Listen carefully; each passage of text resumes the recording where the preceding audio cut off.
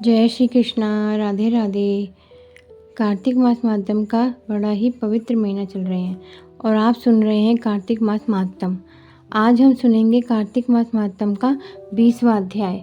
कल हमने सुनी थी पतिव्रता नारी वृंदा को, जो भगवान विष्णु को श्राप दिया था उसने। आज हम सुनेंगे 20वां अध्याय। तो शुरू करते हैं। राजा पृथु ने कहा, हे देवर्षि, इसके पश्चात युद्ध में क्या हुआ तथा वह दैत्य कैसे मारा गया? कृपा कर अब उस अद्भुत कथा को मुझसे कहिए। देवर्षि नारद जी बोले, जब गिरिजा वहाँ से अदृश्य हो गई और गंधर्वी माया भी विलीन हो गई, तब भगवान वृषध्वज चैतन्य हो गए। उन्होंने लौकिकता व्यस्त करते हुए बड़ा क्रोध किया।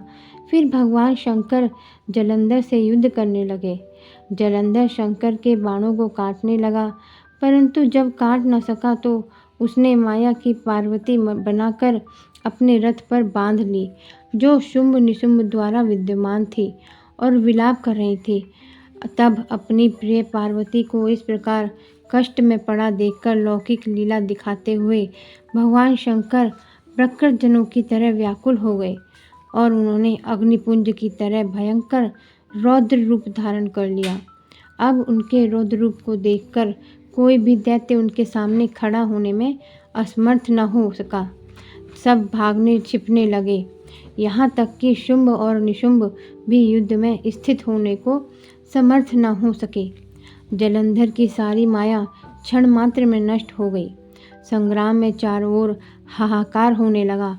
शिवजी ने उन्हें भागते हुए शुंभ और निशुंभ को शाप देकर बड़ी धिक्कार दी।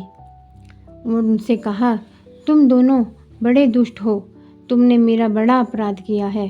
तुम पार्वती को मारते थे, अब युद्ध से भागते हो। भागते को मारना पाप है।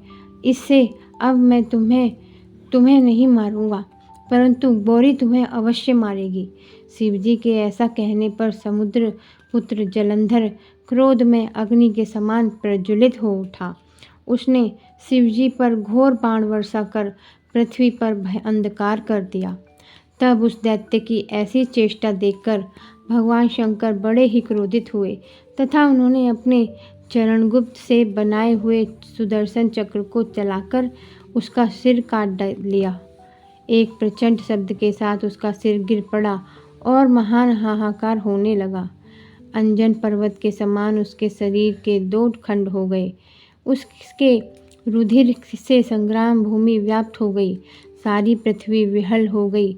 शिव की आज्ञा से उसका रक्त और मांस महागौरव में जाकर रक्त का कुंड हो गया तथा उसके शरीर का तेज निकलकर शंकर जी के शरीर में वैसे ही प्रवेश कर गया जैसा कि वृंदा का तेज गौरी के शरीर में प्रविष्ट हुआ था।